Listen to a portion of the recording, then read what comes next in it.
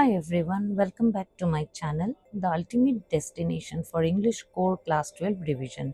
If you are looking to ace your exams and truly understand poetry, you are at the right place. Before we dive in, don't forget to hit that subscribe button and turn on the bell icon. Trust me, it's the best way to stay updated with our revision series. In today's video, I'm going to break down A Thing of Beauty by John Keats. In this video, we'll cover the following. Today, we are diving into one of the most beautiful poems in your syllabus, A Thing of Beauty by John Keats. It's a piece that reflects the idea of beauty and its eternal impact on the human soul. Let's start with a quick background on the poet and the poem. John Keats was a renowned romantic poet known for his deep appreciation of beauty, nature, and human emotion. He was one of the most influential poets of the Romantic era, and his works often explore themes of idealism, beauty, and the transient nature of life. A Thing of Beauty is part of his collection and emphasizes the enduring power of beauty in our lives. The poem celebrates the eternal and uplifting nature of beauty. Keats asserts that a beautiful thing is a source of everlasting joy, bringing peace and comfort to the soul. Beauty has the power to encounter the negativity, hardships, and sorrow of life. Through vivid imagery of nature like blooming flowers, clear streams, and lush forests, Keats highlights how beauty refreshes the human spirit. He suggests that it offers a spiritual refuge, like a quiet bower filled with sweet dreams and health. The poem ultimately conveys that beauty, whether found in nature or in art, is immortal and sustains humanity through all challenges. Now that we have a clear understanding of the poem's central idea and themes through the summary, it's time to dive deeper. Let's break it down line by line to uncover the hidden meanings and truly appreciate John Keats's beautiful imagery and expression. Keats begins with one of the most famous lines in poetry. He says that anything truly beautiful has the power to provide everlasting joy. It leaves a deep, lasting impact on the soul, staying with us even as time passes. Here, Keats explains that the charm of beauty only grows with time. It never diminishes or fades away, but remains eternal, bringing happiness to the beholder. Keats compares beauty to a bar, a peaceful, shady retreat where one can rest and find solace. It also promotes mental peace and physical well being, helping us escape from the struggles of life. The poet says that every day the beauty around us helps us stay connected to life. It acts like a flowery band, reminding us of the joys of existence and giving us a reason to continue living despite difficulties. Keats acknowledges that life is full of challenges, despair, lack of goodness in people, dark days, and unhealthy struggles. However, beauty helps us rise above these sorrows and hardships, offering a glimmer of hope and positivity. Here, the poet emphasizes that beauty acts like a ray of light that removes the pall or the cloud of sadness from our minds. It uplifts our spirits and makes life worth living. Keats lists examples of beauty in nature: the sun, the moon, old and young trees providing shade, and fields of daffodils. These are everyday things in nature that inspire peace and joy. He continues by describing streams that offer coolness during the summer and the forest areas adorned with fragrant musk roses. These images reflect how nature provides both beauty and comfort. Keats shifts from nature to human history, suggesting that the heroic deeds of great individuals from the past are also forms of beauty. The legacies of these mighty dead inspire awe and admiration. Finally, Keats compares beauty to an endless fountain of divine nectar continuously flowing from heaven. This symbolizes how beauty, in its various forms, nourishes and enriches the human spirit endlessly. Now let's take a closer look at the critical aspects of a thing of beauty. This analysis will help us understand the deeper layers of meaning between Keats's words, his philosophy, and the relevance of this poem even today. John Keats was a central figure of the Romantic era, and his philosophy of beauty is evident throughout this poem. He believed that beauty is not just physical or material, but also spiritual. For Keats, beauty has a transformative power. It is eternal and serves as a remedy for the sorrows and the hardships of life. In this poem, he beautifully connects beauty to nature, history, and human imagination, portraying it as the ultimate source of joy and comfort. The poem's central theme is the mortality of beauty. Keats begins with the iconic line, "A thing of beauty is a joy forever," and emphasizes that beauty never fades. Instead, it continues to grow and bring happiness. This idea reflects the romantic belief in the permanence of art and nature's ability to transcend time. Beauty acts as a bridge between the fleeting nature of life and the eternal, offering humans a sense of solace. Keats draws heavily from nature to illustrate his ideas of beauty. He mentions the sun, moon, trees, daffodils, streams, and musk roses, all elements of the natural world that bring peace and joy.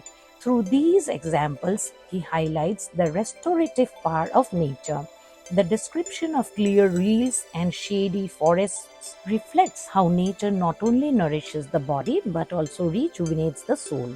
This romantic admiration for nature positions it as a divine force that sustains life. Keats does not ignore the darker aspects of life. He acknowledges the despondence, gloomy days, and the unhealthy ways that are part of the human experience. However, he contrasts this darkness with the light of beauty, which he describes as a flowery band that binds us to life. This contrast makes the presence of beauty even more significant, as it provides a sense of hope and escape from the struggles of existence. Keats expands his idea of beauty beyond nature, touching upon historical and imaginative aspects. He mentions the mighty dead and the lovely tales we have heard or read. This includes legends, myths, and stories that inspire admiration and awe. Through this, Keats suggests that beauty is not confined to the physical world but is also present in human achievements, creativity, and legacy. Keats uses rich and vivid imagery to convey his ideas, making the poem an experience of beauty itself. These symbols enhance the reader's understanding of the poem's central ideas, creating a vivid and emotional experience. What makes this poem timeless is its universal message. Regardless of time, culture, or place, beauty continues to inspire and uplift humanity, whether it's found in nature, art, or human imagination. Beauty remains a source of joy and hope, helping us overcome the challenges of life. Keats's ability to capture this universal truth is what cements his legacy as a great poet. In summary, the critical analysis of A Thing of Beauty reveals Keats's deep belief in the transformative and eternal power of beauty. By blending themes of nature, history, and imagination with rich imagery, Keats creates a poem that resonates with readers across generations. It is a celebration of life's enduring beauty and its ability to heal, inspire, and sustain us through even the darkest times. Now that we have analyzed the poem critically, let's dive into its key themes. These themes highlight the deeper ideas that John Keats explores in Thing of Beauty. The central theme of the poem is the eternal and unchanging nature of beauty. Keats suggests that true beauty never fades. Instead, it continues to provide joy and solace over time. The line, "A thing of beauty is a joy forever," encapsulates this theme, emphasizing that beauty has a timeless quality that nourishes the soul.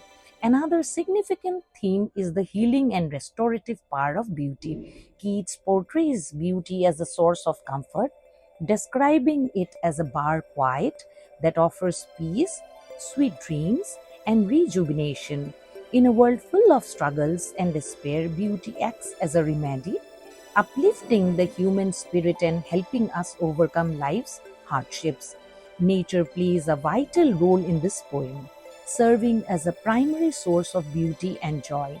Keats draws upon natural elements like the sun, moon, trees, daffodils, and streams to illustrate how the world around us provides endless inspiration and peace. This theme reflects the romantic belief in the profound connection between humans and nature. Keats acknowledges that life is filled with challenges, despondence, gloomy days, and the inhuman dearth of noble natures. However, he contrasts this negativity with the positivity and hope that beauty brings. Beauty acts as an escape from life's difficulties, offering a sense of purpose and reason to continue living.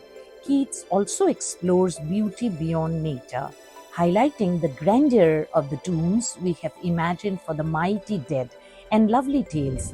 This theme underscores how human achievements, creativity, and history contribute to the idea of beauty. Great deeds, legends, and stories inspire admiration, adding to the richness of life.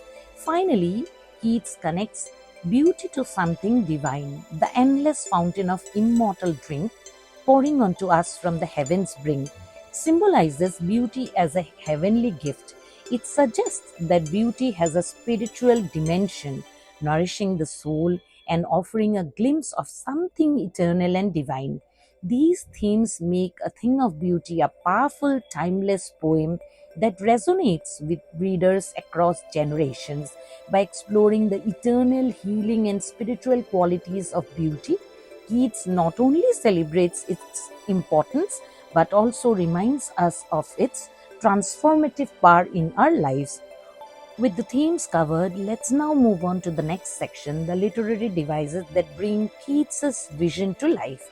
These techniques enhance the poem's meaning, rhythm, and emotional impact, making it a masterpiece of romantic poetry. Alliteration is the repetition of initial consonant sounds in a line. Keats uses alliteration to create a musical effect and emphasize certain ideas. For example, some shape of beauty, cooling covert. Keats excels in creating vivid imagery that appeals to the senses. He paints beautiful pictures of nature, such as the clear rills that for themselves a cooling covert make against the hot season. The mid forest brake, rich with a sprinkling of fair musk rose blooms. These images help readers visualize the beauty of nature and experience its soothing effect. The poem uses metaphors to compare abstract ideas to concrete images. For instance, a bar quiet for us compares beauty to a peaceful resting place, symbolizing comfort and solace.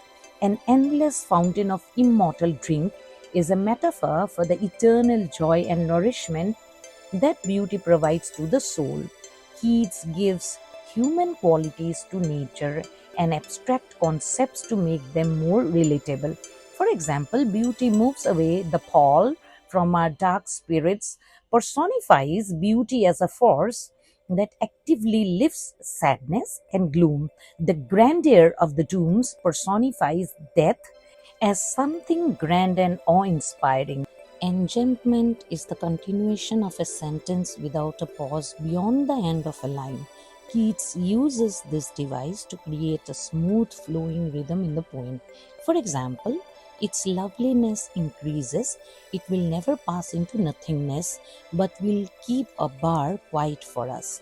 This technique mimics the continuous and eternal nature of beauty as described in the poem. Symbols are used throughout the poem to convey deeper meanings. Flowery band symbolizes the connection between life and beauty. Reels and musk rose blooms symbolize the rejuvenating power of nature. The mighty dead symbolizes the legacy and achievements of great individuals. Keats uses repetition to emphasize important ideas and create rhythm. For example, a thing of beauty is a joy forever is repeated in different ways throughout the poem, reinforcing the central idea of beauty's eternal nature. Hyperbole or exaggeration is used to emphasize the magnitude of beauty. For instance, an endless fountain of immortal drink exaggerates the boundless and divine nature of beauty. Keats uses contrast to highlight the opposing forces of life, sorrow and beauty. For instance, spite of despondence of the inhuman dearth of noble natures contrast with the uplifting and joyous aspects of beauty. This device emphasizes how beauty triumphs over life's struggle. Anaphora is the repetition of a word or phrase at the beginning of consecutive lines for emphasis. For example, the repetition of, in, of noble natures, of the gloomy days, of all the unhealthy and overdarkened ways. This draws attention to the various sorrows that beauty helps us to overcome. She sure refers to a deliberate pause in the middle of a line, often marked by punctuation. For instance, yes, in spite of all, some shape of beauty moves away the pall. The pause gives a reflective tone, allowing the reader to absorb the contrast between despair and hope.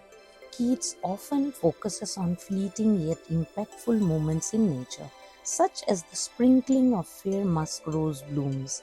This captures the delicate transient nature of beauty, making it even more precious. The tone of the poem shifts between melancholic and uplifting.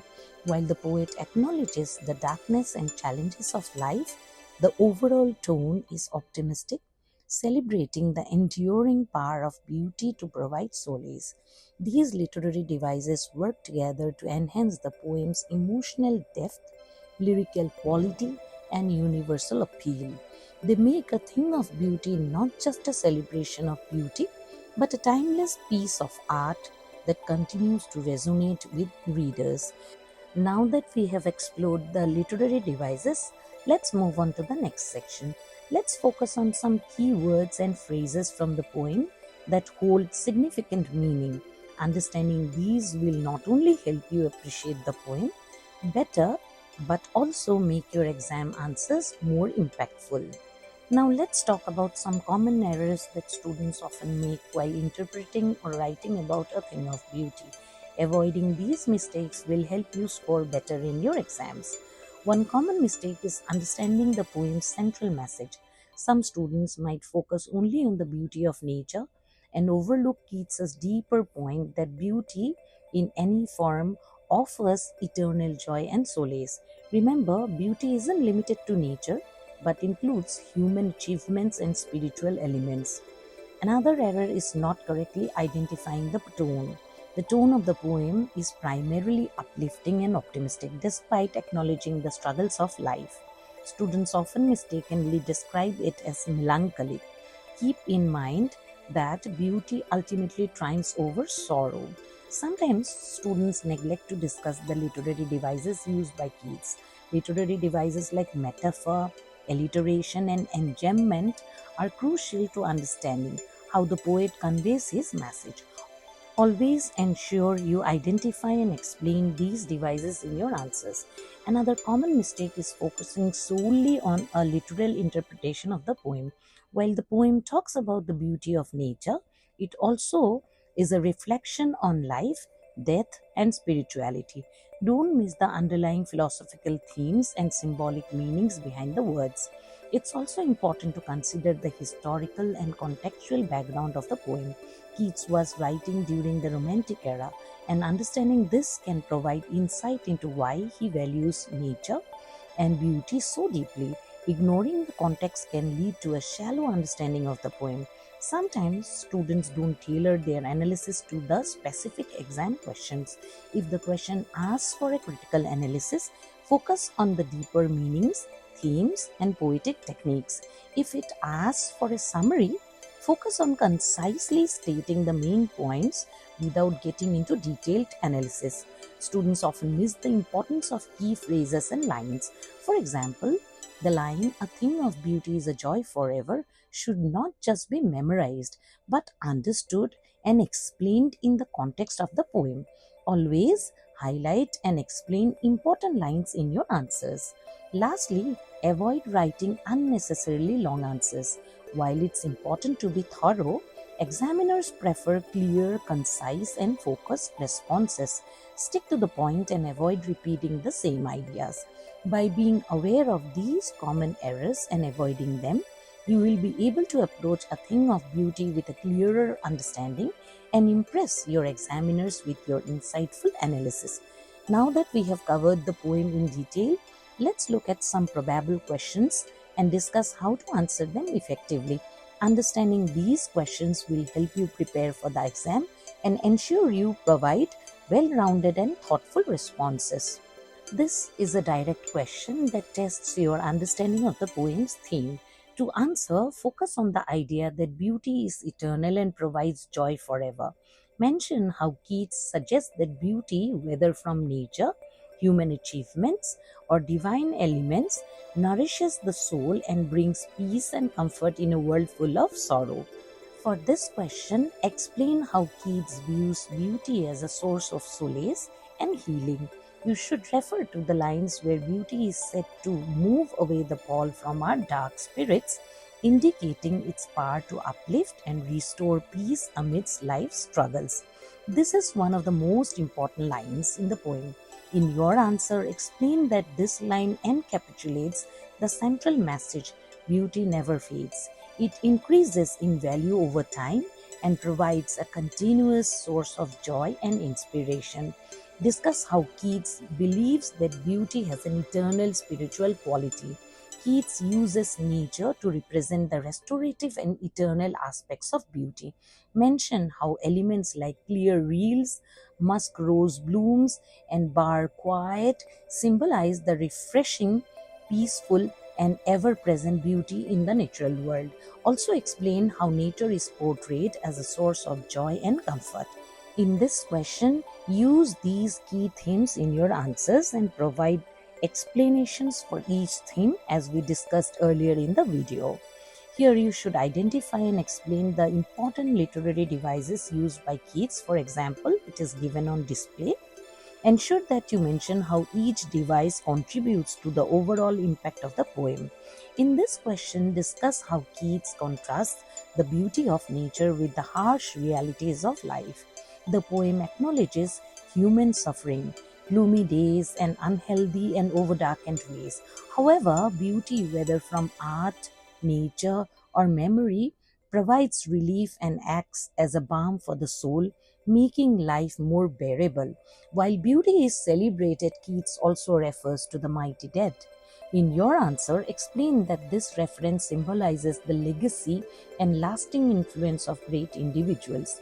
Death is presented as part of life's cycle, but the beauty left behind by these individuals continues to inspire and comfort the living. This phrase symbolizes the natural beauty that brings relief and refreshment. The reels represent small streams which serve as a metaphor for the rejuvenating power of nature, offering a respite from the hot season or the hardships and struggles of life. By preparing for these probable questions, you will be able to approach your exam confidently and answer with clarity. Be sure to incorporate the themes, devices, and important phrases we have discussed to make your answers thorough and insightful. Before we wrap up, let's talk about some essential tips to help you score full marks on questions related to this poem. These tips will ensure you write focused, insightful answers and leave a lasting impression on your examiners. Make sure you fully understand the central idea of the poem, that beauty in all its forms provides eternal joy and solace. This is the foundation of any answer you give. If you can explain this clearly, you will be on the right track. When answering questions, refer to key lines and phrases from the poem. Lines like "A thing of beauty is a joy forever" and "endless fountain of immortal drink" are critical. Explain the significance of these lines in the context of the poem to show your understanding. Always highlight literary devices like metaphors, alliteration, and imagery. For example, when Keats talks about clear reels or musk rose blooms, connect these descriptions to the overall theme of beauty and the restorative power of nature. Pointing out devices demonstrates your ability to analyze the poet's craft. While the poem is about beauty, it also touches on universal themes like the struggles of life, death, and the power of memory. Relating these themes to your answer will show that you understand the deeper layers of the poem. In exams, clarity is key. Avoid writing unnecessary information. Stick to the point and ensure each paragraph ties back to the question. For example, when asked about the significance of beauty, provide examples directly from the poem, followed by a short analysis. Don't overwhelm your answer with too many quotes. Choose one or two powerful lines and explain them thoroughly. Too many quotes can make your answer feel cluttered, while a few well explained quotes can make your response more impactful. Remember, Keats is a romantic poet, so his emphasis on nature, beauty, and emotion is significant. Briefly mention how the poem reflects romantic ideals like the belief in the transcendence of beauty and the connection between humans and nature without overcomplicating the answer. In your exam, always answer the questions directly. If you are asked about the role of beauty, focus on how beauty provides solace, nourishes the soul, and has an eternal quality. Avoid going off on tangents. When discussing the poem's tone, remember that despite the acknowledgement of life's difficulties, the poem is ultimately optimistic. Emphasize how beauty offers relief from the gloomy days and provides hope. This will demonstrate your grasp of the poem's overall mood. Finally, practice writing short, structured answers. When you are practicing, focus on being clear, concise, and to the point. Review past exam papers and try answering questions on the poem within a time limit. This will help you become more efficient during the exam. By following these tips, you will be well on your way to scoring full marks on a thing of beauty. Remember to stay confident, stick to the key points, and showcase your understanding of the poem's deeper themes and literary techniques. That's it for today's revision session. I hope you found these tips helpful. Don't forget to like, share, and subscribe for more content that will help you ace your English core exams. Good luck, and I'll see you in the next video.